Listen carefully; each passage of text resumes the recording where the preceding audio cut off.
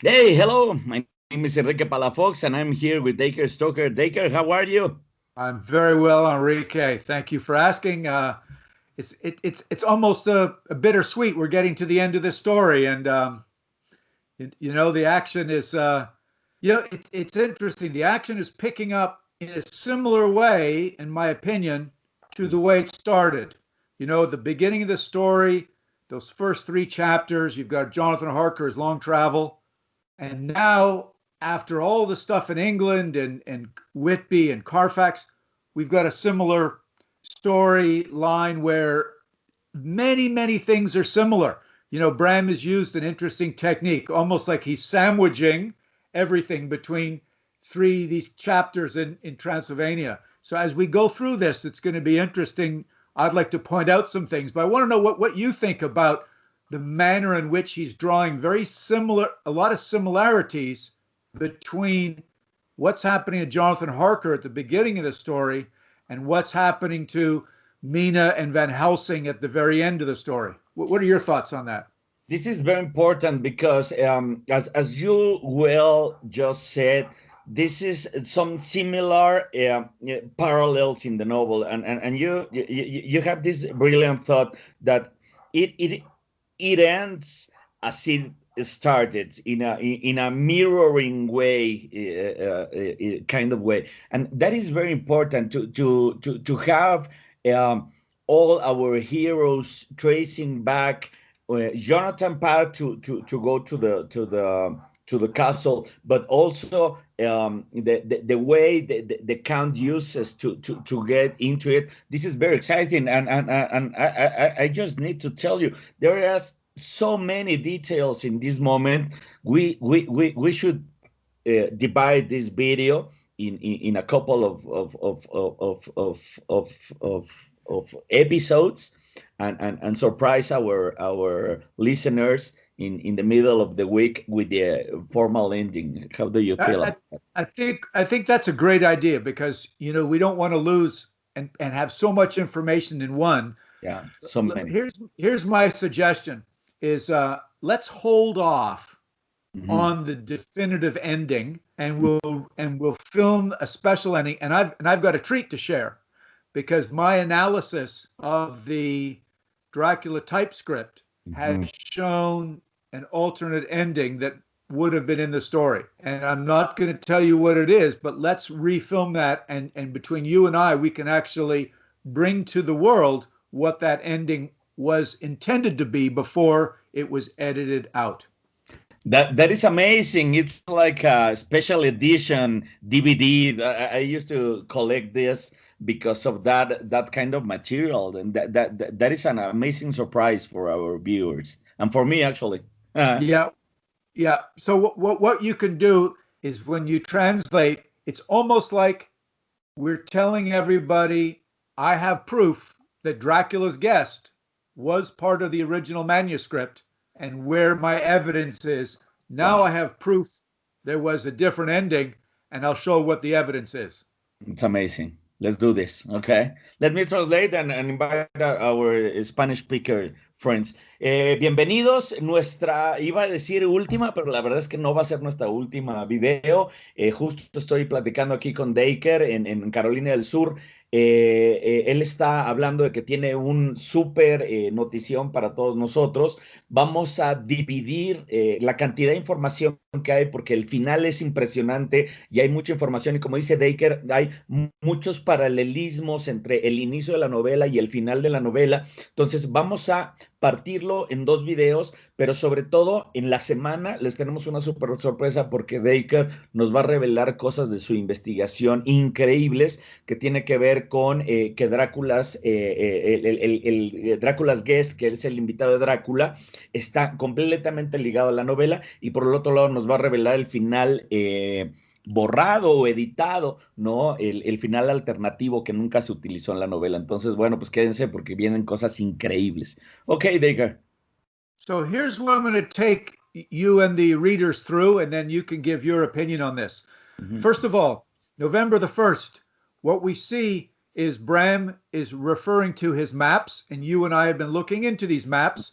And to let our readers know, there was at least 3 very detailed maps that Bram Stoker had access to. They were folded up in the back of the research books that he had. I have purchased similar books, exactly the same edition. I've seen the same maps. And as I read this chapter, just like at the beginning of the story, Bram Stoker was very detailed in how Jonathan Harker was coming from Munich to Budapest to Klausenburg to Bistrica, what he was driving in, a train, a carriage, same thing. He's talking about the band of heroes, how they go from Varna to Galatz, from Galatz up the river system, from Fundu, Bistrica River, Sereth River. They're moving up. They decide the band of heroes split up into 3 different groups, some in a small boat, some on a train, and some on horses. And what we see is the actual details where the Bistrica River comes into the Sereth at Fundu. That's the way they go. And we hear this reference. So Bram is being extraordinarily accurate as we lead us through, just the same way at the beginning of the story. Now, similar to Jonathan Harker, who is remember, he sleeps in the carriage going through. That sleeping is symbolic, as you and I have talked about for the whole novel, of possession, of when he is asleep, the evil spirits come into. The same way with Mina. She is sleeping longer. She is harder to hypnotize, which is the scientific way that Van Helsing is trying to keep control of her body, to let her tell him where the count is. It's also in a way of showing modern science, which mesmerism was, is sort of this way to ward off the evil possession of Dracula. But as we know at this stage of the book, it's harder and harder to do. He's having a more difficult time trying to hypnotize her. In other words, the strength of the vampire is taking hold of her. Does Mina and Van Helsing travel by daylight? They are traveling both times. They realize though at night there is a bigger grip on her than at daytime by Dracula. You're absolutely right. When they finally get up to the Borgo Pass and they have to make the circle with the wafer and the fire, they realize at nighttime it's big trouble. And we'll get to that in a little while. But I just wanted to point out, though, that it's the hold that Dracula is having as they get closer. And they don't know it. The readers know it. The people that know the story, they're getting closer to Castle Dracula at the volcanic mountain, Mount Israel. There is something going on in the geological powers. There is something affecting, Mina. And Bram doesn't tell us yet. It's very suggestive. He keeps pointing to, we are truly in the hands of God, many times as they're getting closer and closer to hell. And this is the big symbolism. And it's very similar to what Jonathan Harker was feeling. He didn't know what was going on as he was getting closer and closer to Bistrica and then Borgo Pass and then Castle Dracula. And what was happening along the way, we know that Mina and Van Helsing, they're stopping at an inn. They're getting food. Yeah. Just like Harker did. He stopped at an inn. He had his food. The people at the inn saw the mark on Mina's head. Oh, they were blessing her. The same thing. The superstitions are becoming more and more obvious. As you will put it, in some way, it's a mirror. No, you have the starting of the novel and you have the ending of the novel, and it is closing as it opens. So I'm thinking if that should have anything to do with the actual mirrors portrayed in the novel. There's a lot of symbolism as you read through this on multiple times, and it very easily could be, the mirror was symbolic of looking into the soul, And if a vampire had no soul, he had no reflection. Yeah. So who knows? Maybe there's some other symbolism with Freemasonry, that Yeah, Bram was a Freemason. Who knows? definitely. I'm going to say one more thing before you translate, because this is a good little part to point out. We're obviously jumping back and forth a lot between Van Helsing's memorandum, Seward's journal, Mhm. and Mina's journal. Yeah, And at one point, maybe halfway through all this, she gets hypnotized, and she says darkness, creaking wood, and roaring water, meaning the Count is still in the launch with the Slovaks, heading up the river, being chased by yeah, Holmwood. yeah. Okay, they're heading up, and she said, I do hope that my darling will not run any chance of danger more than need be, but we are in God's hands. You know, Enrique, many people wonder if she's talking about Jonathan Harker, who's in the launch with Holmwood, or Dracula. Who is her darling when she is in this state of sleep? She's hypnotized. Yeah. Is she thinking, obviously, when she's not hypnotized during the day, she's thinking it's Jonathan Harker. But when she is asleep, Yeah. She has is that advantage. exactly? I do hope that my darling will not run any chance of danger. So Bram Stoker is giving us this suggestion, as subtle as it is, I think, wanting the reader to wonder, has she converted all the way to one of Dracula's brides, about to meet the three sisters of hers, or is she thinking Jonathan? So that's maybe a good point to translate. Wow, it's impressive. So many information. Let me do this. Estamos hablando de algo sumamente interesante porque, bueno, aquí es justo donde Dacre nos está hablando de los paralelismos que se da en la novela. Por un lado, estamos viendo el camino muy marcado que tiene Van Helsing y Mina, que van haciendo exactamente lo mismo que hace Jonathan Harker, ¿no? Al principio de la novela. Mientras ellos se van acercando al final, ¿no? Están repitiendo lo mismo que hace Jonathan al principio. Llegan a un inn donde se sirven, ¿no? Que es justo en la parte donde Jonathan también llega a un lugar donde le dan la cruz, ¿no? Y los bendicen y demás. Y luego, bueno, tienen unos caminos muy paralelos para llegar allá. Mientras Jonathan se queda dormido en este tema de posesión del que ya hemos hablado durante mucho tiempo, ¿no? A la hora de llegar por el Borgo Pass, el pasaje del Borgo al castillo. Por el otro lado, Mina también hace lo mismo, ¿no? Está somnolienta, está hipnotizada, es el tema del mesmerismo, ¿no? Y la ciencia que Van Helsing está teniendo para dejarla controlada, porque como sabemos, conforme se acerca la noche, ella pues pierde total control de ella, ¿no? Entonces, esta parte que está diciendo Dacre es sumamente importante porque, bueno, sí vemos unos paralelismos llenos de significados, porque, bueno, por el otro lado, sabemos que Bram era un tipo que, bueno, pertenecía a la masonería, pero también a ciertas órdenes secretas. Entonces, bueno, es probable que esté cargado de símbolos todo el relato, y bueno, pues es lo que estamos viendo ahorita. Okay. So you and I should digress just for a minute and discuss the portrayal of Mina at this point. Do you remember one or two videos ago, we talked about Mina showing great mercy as she is encouraging the band of heroes to destroy the Count, but be merciful. Yeah. She is the person putting everything together, even though she is in great peril herself, that could be turned into the ultimate evil, the vampire. But she is still being merciful. And in a way, we also see the sensitivity of Van Helsing, who is taking care of her, hypnotizing her, trying to get the information, but being very caring.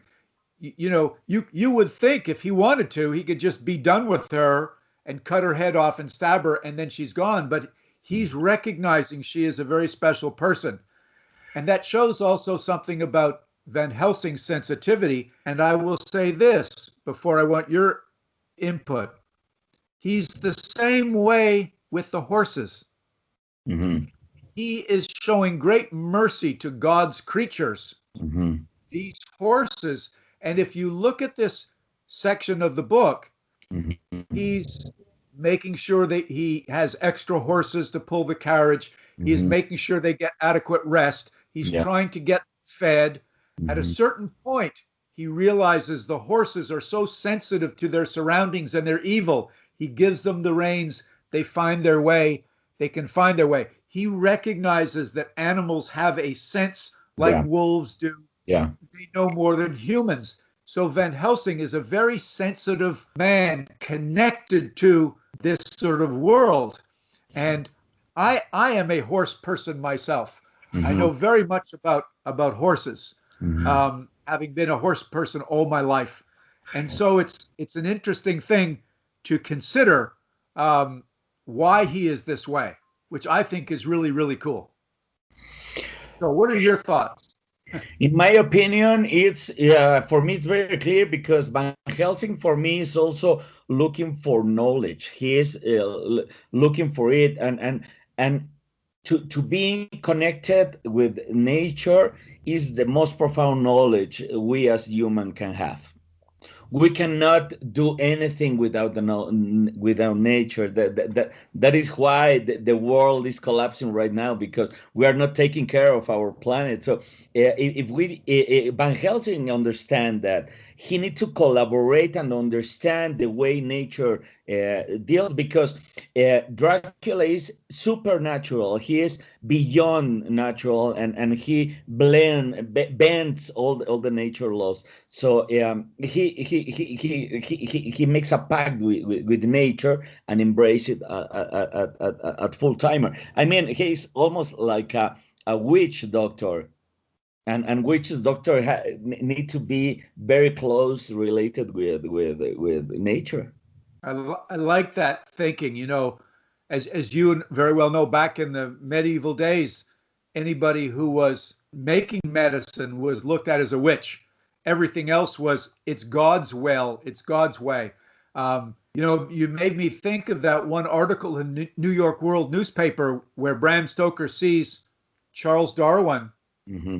who publishes the book Origin of the Species, that discovered the vampire bat in nature.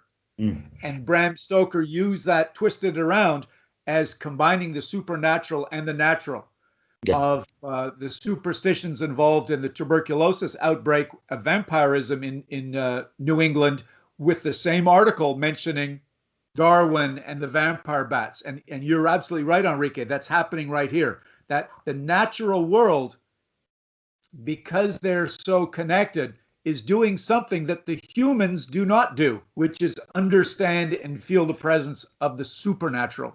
Definitely. No. Let me Go ahead and translate that part. That's really important. Yeah, Okay. it's a higher sense. Yeah, that for me that is because in this search of knowledge that yeah, I believe Dracula used to had before transforming in the Skullman's.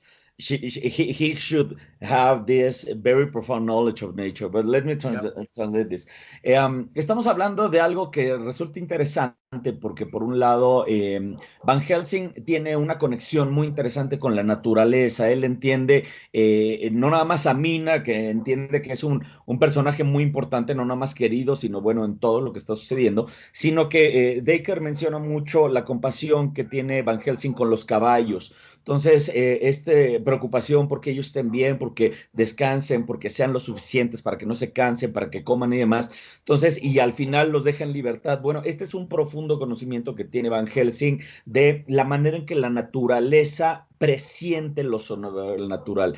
Y bueno, pues lo que estamos discutiendo y platicando es que para mí Van Helsing es una persona que está en busca del conocimiento. En esa búsqueda del conocimiento lo lleva a ser como un brujo y este brujo tienen que estar forzosamente relacionados con la naturaleza. En la medida que entendemos la naturaleza, pues podemos entender todo lo que lo rodea.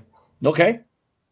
So we've now got, let's get back to the book because this is important, what will happen right about now.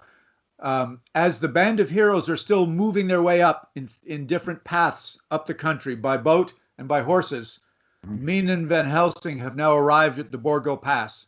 We do not want to arrive before dark, so we got to arrive at daylight. We've got to wait till so they arrive in daylight. They know they're in a dangerous area, and it must be daylight.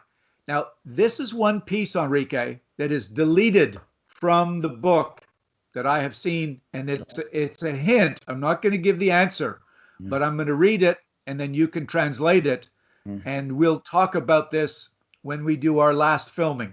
Okay? So what's happening is Van Helsing is saying this. Remember, this is deleted. Okay? He feels there are atmospheric disturbances. Pommier, it's a man's name, of Naples. I wish he could give me a clue about what is happening. Okay, I'll repeat that, and then you translate. There are atmospheric disturbances. Pommier of Naples, I wish he could give me a clue of what is happening. Aquí Dacre nos está dando detalles importantes que fueron borrados, ¿no? De cosas que está diciendo Van Helsing. Entonces Van Helsing lo que dice es que cuando llegan al castillo hay disturbios atmosféricos. And what is the name of the person? Pommier, like the palm of your hand. Pommier. Pommier, ok, y que quisiera que él, Pommier, le orientara con esta situación, ok.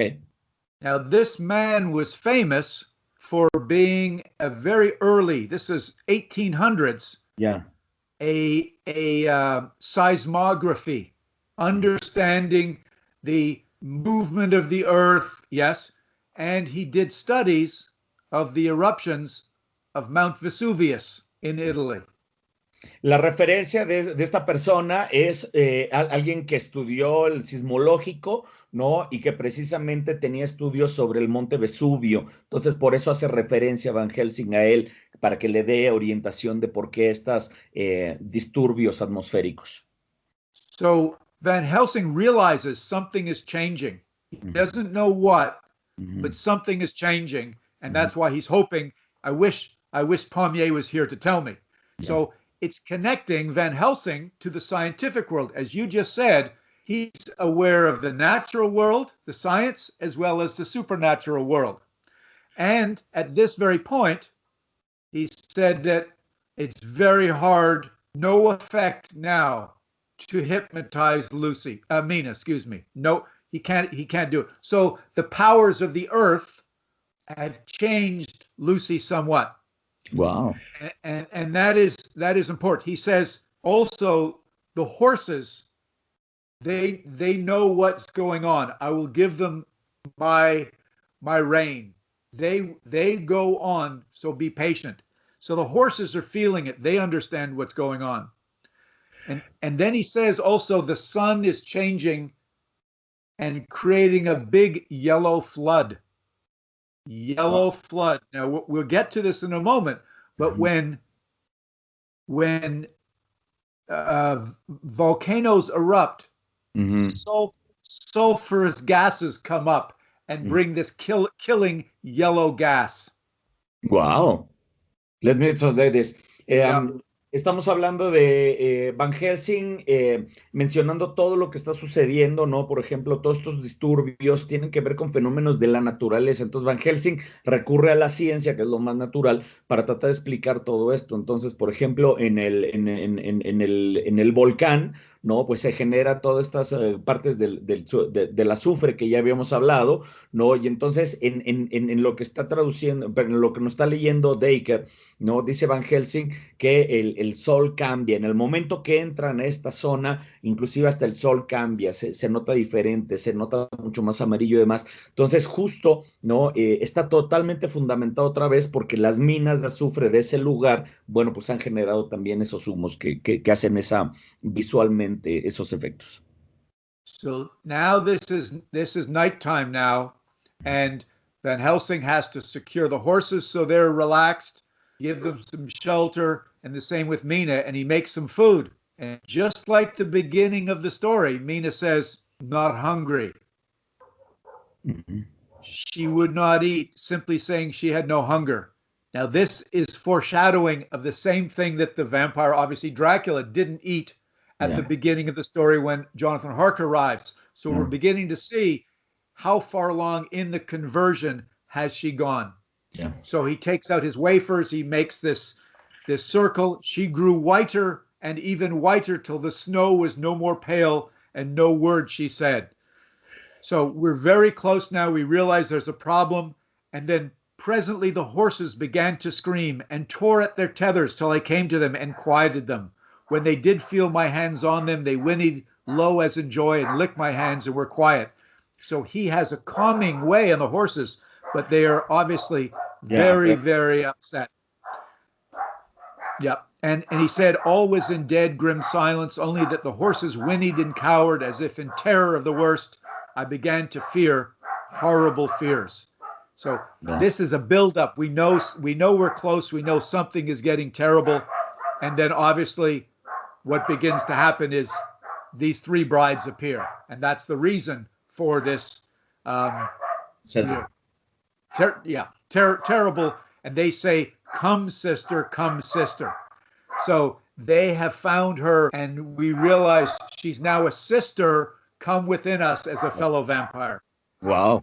Y aquí, bueno, viene de las partes más interesantes de la novela porque es cuando ya llega la noche, Van Helsing se prepara para esa noche, entonces hay otra vez un paralelismo con Mina cuando dice no tengo hambre, ¿no? Y esta falta de apetito se ve en el principio otra vez con el conde cuando dice que él no come. Entonces aquí vemos qué tan profunda y es la conexión que tiene Mina en el vampirismo, en esta conversión. Entonces Van Helsing nota todo esto sentimiento que está sucediendo, los caballos se ponen como locos, están muy alterados y él llega a tranquilizarlos, tiene esta capacidad de tranquilizarlos, pero justo está en eso cuando aparecen las tres hermanas que reconocen a Mina como una hermana y la quieren llevar con ella.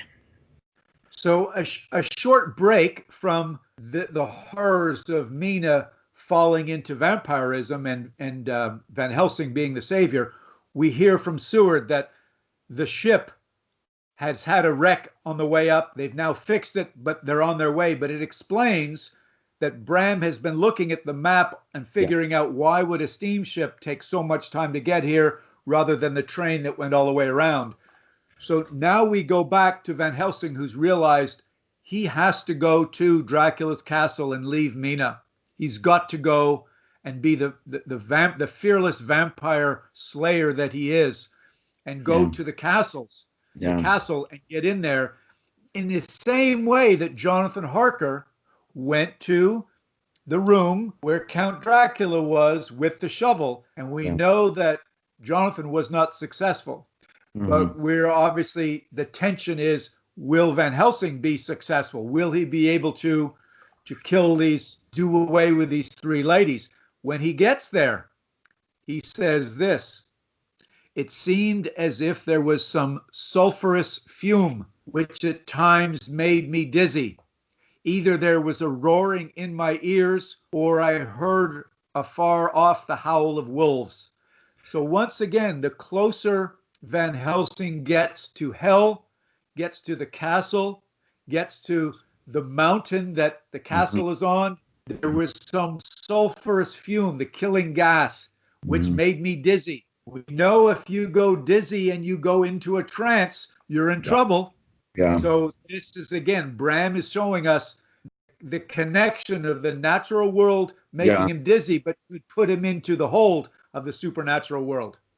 Ok, y aquí vemos a Van Helsing que toma ya su papel esperado, ¿no? Como el heroico cazador de vampiros que es. Entonces él va hacia el castillo en un paralelismo con Jonathan Harker otra vez cuando va en búsqueda del conde, el cual es un atentado infructuoso. Sin embargo, aquí Van Helsing pues lleva todas las alternativas, ¿no? Entonces va a enfrentar a las tres mujeres, ¿no? Pero en el camino él siente esta como que puede quedar como aturdido, ¿no? Por lo que está sucediendo. Y bueno, pues otra vez hay una conexión con lo real, ¿no? Porque el mismo sulfuro, ¿no? El azufre, ¿no? Puede soltar estos vapores, ¿no? Que te hacen alterarte. Y bueno, pues lo que eso implica que puedas quedar poseído, ¿no? ¿Ok?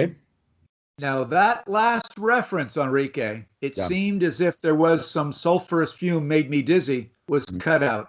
That's one of the clues. Okay. The next one that was cut out, Mm. though there be that horrid odor, such as the layers of the count. This is when he goes into the room with the coffins with the three brides. Putrid. Putrid air, so that the sulfurous fume which at times choked me, I could not palatate. That was crossed out. So a second reference to the sulfurous fume in the layers of the vampires was crossed out. So Very he clear. originally intended that to make this is hell. Yeah. This is hell. This is hell, definitely. Y bueno, otra referencia muy interesante que dice Dacre, que además fue borrada también, es que el olor, recordemos que el azufre tiene un olor espantoso, huele a huevo podrido precisamente. Entonces, cuando Jonathan está con el conde en su cripta y en el castillo, él menciona, ¿no? De los olores tan putrefactos que se huelen ahí. Y lo que dice Dacre es que fue borrado, ¿no? La conexión que hay, ¿no? Donde dice que son los mismos olores que el azufre. Otra vez una conexión, pues, al monte y a las minas de azufre que está el castillo. Wow, that's something. So he's in the room with the coffins of the three sisters, the brides, and then he sees the big coffin with the name Dracula. Gotcha. And he says, this then was the undead home of the king vampire, to whom so many more were due, which is meaning he was going to be making more. And what Van Helsing did was the wafers in the paste, like they did with Lucy, around the outside of the coffin, so Dracula could not go back inside. So he's laying the groundwork for what we see later. Yeah. And then he said, before I left the castle, I fixed its entrances, that never more can the count enter there undead. So what's interesting is he only fixed the entrances. That doesn't mean Dracula couldn't get in through mist or something, but nonetheless, that's what he did. So I think this is a good place to end for now, because we know he kills the three women. It is a horrible animalistic deaths. He uses actually a wooden stake. Yeah. He slits the throat off, which is interesting because, as we're going to learn in our next video, there is no wooden stake on Dracula. They also crumble into dust. Yeah. And we wonder why that's not the same thing later in the story. But let's hold that thought and let our listeners, our viewers, think about this as we talked about a very similar mirroring or parallel to the beginning of the novel, with the same kind of tension and buildup, and how the good guys are going to hopefully stop Dracula and save Mina. It's so interesting. Let me translate this. Le vamos a parar aquí porque precisamente da para mucho más la charla, pero justo es esta parte, le vamos a parar donde Van Helsing ya entra al castillo, que por cierto es el infierno. Acuérdense que el infierno siempre está relacionado con el azufre, y entonces se encuentra con el famosísimo el ataúd del conde Drácula, que está marcado con Drácula, y entonces, bueno, procede a acabar con las hermanas, ¿no? Y les clava una estaca de madera y les corta el cuello, lo cual hace que, curiosamente, y aquí es donde dice Dacre que vamos a parar, porque hay una forma diferente en que ellas mueren. Ellas sí se transforman en polvo, pero sin embargo también hay cosas que vamos a profundizar más en el siguiente video. Entonces, pues quédense para la siguiente, en la semana vamos a tener muy buenas sorpresas para ustedes. Dacre, this is so nice. Yep. Lucy is, excuse me, Lucy, I keep saying that because I'm thinking she's almost there. Mina is looking thin and pale and weak. and she is, she's close to going, and now we're waiting for the excitement of the band of heroes, Yeah. coming up in the boat and in the carriage, and the horses. Will they get to the carriage of the count before nightfall and before he gets back to his castle? We will Yeah, this see. is a race. This is a race. Yeah, This is it's a race. amazing. Entonces, bueno, viene la parte final donde, bueno, pues por un lado ya estaba Van Helsing ahí, pero vamos a ver también el camino, ¿no? De los otros héroes que vienen, por un lado por un río y por el otro por caballos. Entonces, espérense a la semana que entra, ¿no? Porque, bueno, vamos a analizar esta carrera. Okay, Dacre, this is so important. All right, so we're gonna give a big reveal surprise in a couple days. Until then, my friend and the viewers, we'll see you guys next week with the ending that not many people know about. Okay, bye bye. Wonderful. Thank you for this one. Bye-bye.